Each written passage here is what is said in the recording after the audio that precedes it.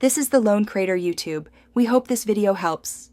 You begin by confirming your exact Asus model and the current Intel Me and BIOS versions. This prevents mismatched firmware. Once done, plug into AC power and disable any antivirus or drive encryption to avoid interruptions. Then download the official Asus Intel Me package or the full BIOS bundle specifically labeled for your model. Save a copy to an external drive. You do this because flashing the wrong firmware or losing power can brick the board, so preparation reduces risk and ensures compatibility. You now extract the Asus package and locate the Intel Me Flash tool or Me Update executable included in the bundle. Once located, right-click and run as administrator so the tool has full privileges. Installers often perform BIOS handshakes that require elevation. Follow on-screen prompts and accept any driver installs. The tool may reboot the system automatically multiple times.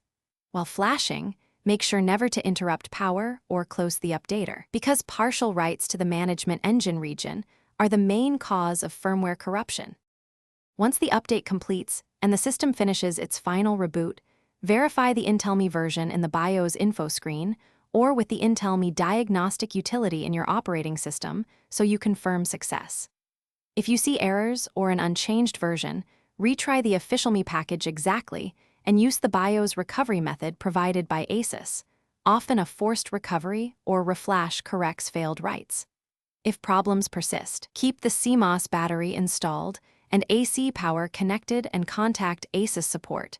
Do not run random Thanks for watching. Consider subscribing if we helped you.